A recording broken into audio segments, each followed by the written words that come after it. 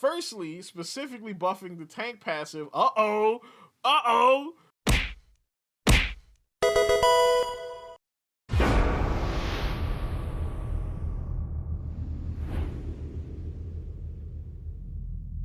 What is up, YouTube? It's RSMario here, bringing you another Overwatch 2 video. Alright, so we are, things have been kind of popping in Overwatch. Like, I've been working on a couple of different videos that I wanted to do. One of them being the tier list. It's actually pretty interesting. Once I get around to it, I think you might like it. But news has just dropped. So we got a hotfix patch on the 30th. And a director's take about what they're going to do for the mid-season patch. So we're going to talk about those today. Now, by the time you get this video, it will be the next day because I already had a video for that day planned when they drop this. But we're going to talk about it, though. So, of course, if you want to continue getting videos like this from me, or if you want to get my anime videos, my Pokemon videos, my One Piece hate videos, anything like that, like, comment, subscribe, hit the bell button, do all that stuff that YouTube requires you to do to continue getting videos from me. Follow me at twitter.com/rsmario128. Like my video tweet, share my video tweet, and I will shout you out at this portion of the video. All right, let's get it.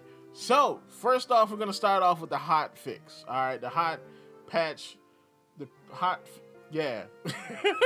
We will start off with that first. So, the big one is they nerfed Orisa. So, a lot of people have been saying that Orisa is bad or Orisa is not healthy for the game.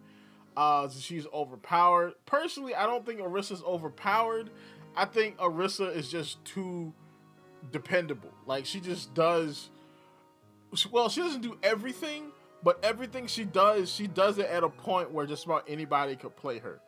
All right, so basically anybody, once they're getting diffed, they go to Orisa, and Orisa is kind of like the fun police. All right, she doesn't die.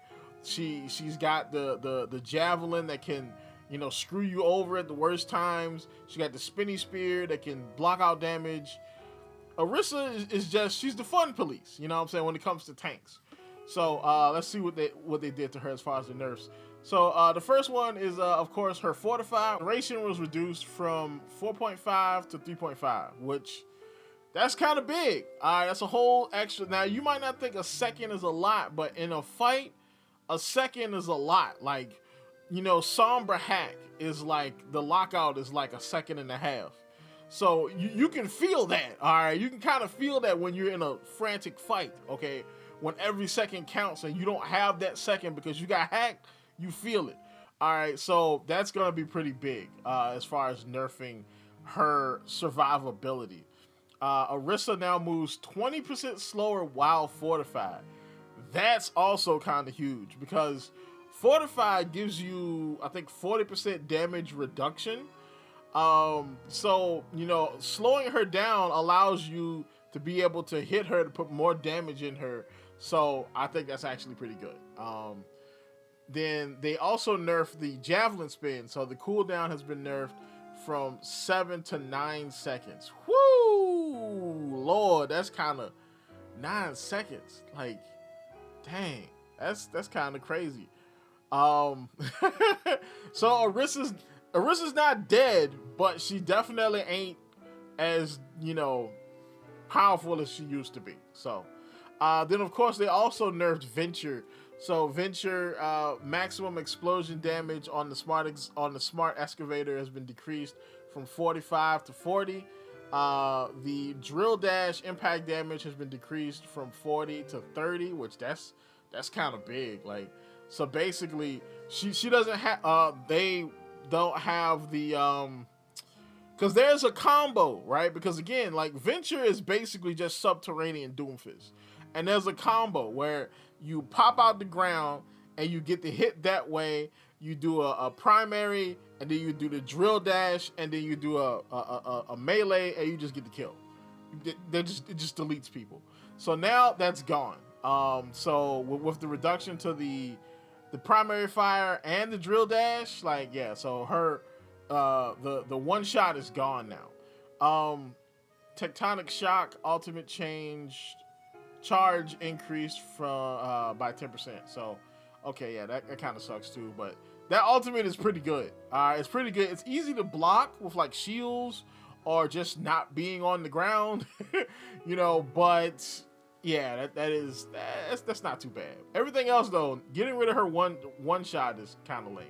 All right, so we go on to the director's take. So, director's take: empowering tanks in mid-season. So basically, I think what they're gonna do here is they're going to provide some buffs to tanks. Personally, I think the only thing tanks need is just to be able to be more tanky. You know what I'm saying? Maybe you change the tank passive to allow them to resist CC a little bit more, maybe to, something to that extent. Because to me, tanks are fine. They just don't feel like tanks. I just die, too much, And part of it is that, learning to use cover and stuff like that. But the other part is, it's just there's so much that people throw at you that just kills you. So you feel like you can't do anything as a tank sometimes. But let's see what they say. Hey everyone, I'm glad to see you're all digging into season 10. Venture joke. We've loved seeing you welcome our newest hero, Venture, and enjoy the Mirror Watch event, now playable in the arcade. However, this week I want to look ahead to our mid-season update and discuss some changes we have on the way for the tank role.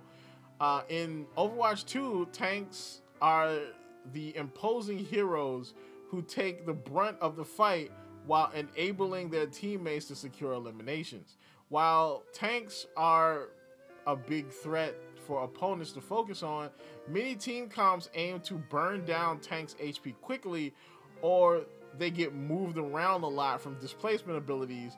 We've received feedback tanks can either feel like they're getting taken down too quickly in a fight, or they're impossible to take down. So yeah, that's basically the mindset. Either like, and it depends. Like, so if it's like a more brawly tank, like say a Reinhardt, Junker Queen, what's his name, Ramatra, and it's kind of, Zarya too.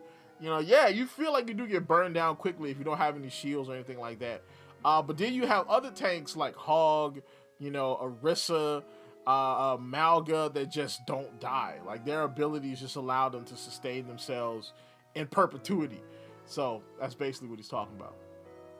Our mid-season update is going to help balance out many hits tanks can take to stay in the fight better.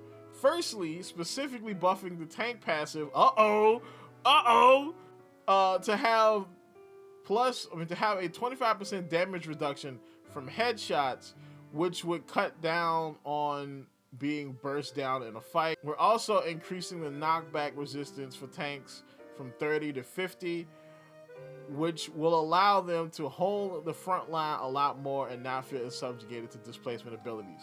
Yes, bro. And it sucks because I keep writing the script for 10 things I would do to fix Overwatch, but they keep fixing things. I had a whole part of that script about the tank passive.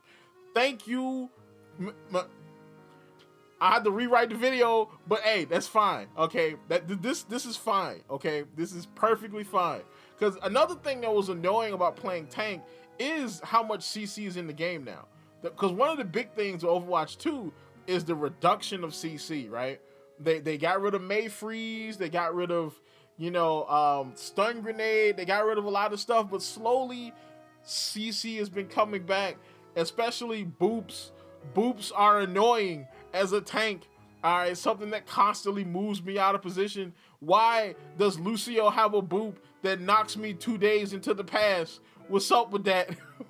Why? Thank you. All right, thank you. Also making some global gameplay changes that impact tanks. One is that we are reverting the armor damage reduction back to reducing 5 damage per projectile with up to 50% maximum. This means heroes like Reaper or Tracer will have more work to do to take down heroes like Reinhardt. Heroes with high burst damage per projectile can be effective, but these kinds of tanks have better means of counterplay that type of damage. So that I'm not sure that you know what I'm saying? Like, cause I like a lot of projectile heroes, a lot of burst damage heroes. I play a lot of Torbjorn, Junkrat. I play a little bit of Hanzo. You know, so I do a lot of projectile burst damagey heroes. So this is gonna be kind of bad for me in the DPS queue, but it does mean that I will be able to play tank again. Because playing tank is not very easy or fun. Next, we made a light change to our overall HP recovery passive that will enable mobile tanks to get back to the front lines faster. The health regeneration passive for all heroes will no longer recover 20 HP per second out of combat, but instead 10 health plus 5% of their maximum health per second. This means a hero like Reinhardt will recover 45 health per second in a role queue match. Okay, this is actually kind of good. So I wonder if this is affected by the DPS passive, because that could be why they rebuffed the DPS passive anyway.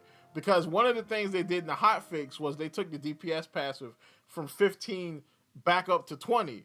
And everybody said, oh no, that's kind of weird, because when it was at 20, it was kind of oppressive. So now I think I see why they did that. This way, the DPS passive kind of balances out with the tank's new version of, well, the new version of the healing passive. So, okay, I can see that.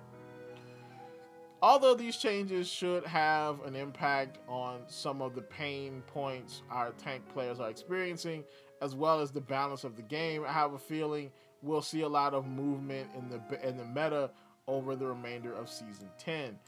In some individual changes, Junker Queen is getting buffed. Commanding Shout will now be activated when you're channeling other abilities like Carnage or Rampage, and its cooldown is getting reduced to 12 seconds. This change should allow her to be more engaged in intense fights where you need to charge more quickly. So basically, how can I explain this? So basically, when you're using Rampage, right? Oh, when you're using Carnage, when you're using the axe, there's an animation. So she's like, rah, rah. So there's a whole animation to it. So while she's doing the animation to Carnage, it activates Shout, which makes her go faster. Interesting. I don't know. I might have to pull out Junker Queen. I ain't pulled out the Queen in a minute. I might have to start pulling out the Queen. That's gonna be pretty interesting. With Wrecking Ball seeing some creative play with changes to his grappling claw, however, his ability to contribute to the fight is getting a small buff. The impact damage from the full charge swing using grappling claw is going to be increased from 50 to 60. Why? Hold on. Why are we buffing Ball? Okay, all right. Ball is one of those problematic characters where if you buff him too much, he will be very broken, okay? All right, or if you mess with him too much, he'll be totally useless. All right, why are we making him good? Why are we making Ball good? Who said we wanted Ball? I want to play Winston, okay? I don't want to have to learn how to play Ball. I want to play Winston, bro. Come on, stop playing with me, man. Pile Driver is increasing the enemy movement lockout from 0.5 to 0.7 seconds. And finally, Minefield will be a little bit more threatening with explosion damage increased from 130 to 165, and then knockback increased from 5 to 10 meters. Oh, goodness. I don't know if I like this one. I don't know if I like this, because for one, I mean, I guess making Minefield better is good, but the ability lockouts from boops to me is not healthy for the game. I think it's annoying. Because it's already bad enough that you booped me, but you booped me and you stopped me from being able to respond. Like, that sucks. Like, that doesn't feel good at all. One of the reasons why I hate the Lucio changes is because of that. Not only do you boop me 2 blocks away from the fight, you also lock me out from responding to the boop, which basically sets me up for other things to screw me over. You know what I'm saying? So yeah, I'm not a huge fan of this, but you know, It is what it is. You know what I'm saying? The Overwatch gods giveth and they taketh away. Additional changes coming to this mid-season include light buffs for Junkrat buffs. All right, okay. Echo, Hanzo, but we'll reveal those when you can jump and take these changes for a test drive when the mid-season patch arrives on May 14th. We already that far into the season? Damn, this season moved quick. I didn't even think we were that far into the season yet. Okay. That's all for this week, everyone. Thanks for reading, and let's make a great game. All right, so all together, I think this is actually really good. I'm not too thrilled about some of the ball changes and the lockout changes. I think the headshot multiplier might be a bit much. I mean, the headshot nerfs might be a bit much, but I guess hit scan's been really good for a while, so I guess that works. But we'll see. Mid-season's about to be lit. Mid-season's about to look pretty lit, especially if you're a tank player. So tell me what you think in the comments down below. Do you think this is going to be enough to make the tank queue fun again? Or do you think this is like a band-aid on a bullet wound? Personally, I can't wait. All right. Personally, I can't wait. I'm about to jump back into the game. I don't know. Maybe I start streaming again. I don't know. I'm kind of trash on PC. I'm more of a console player. I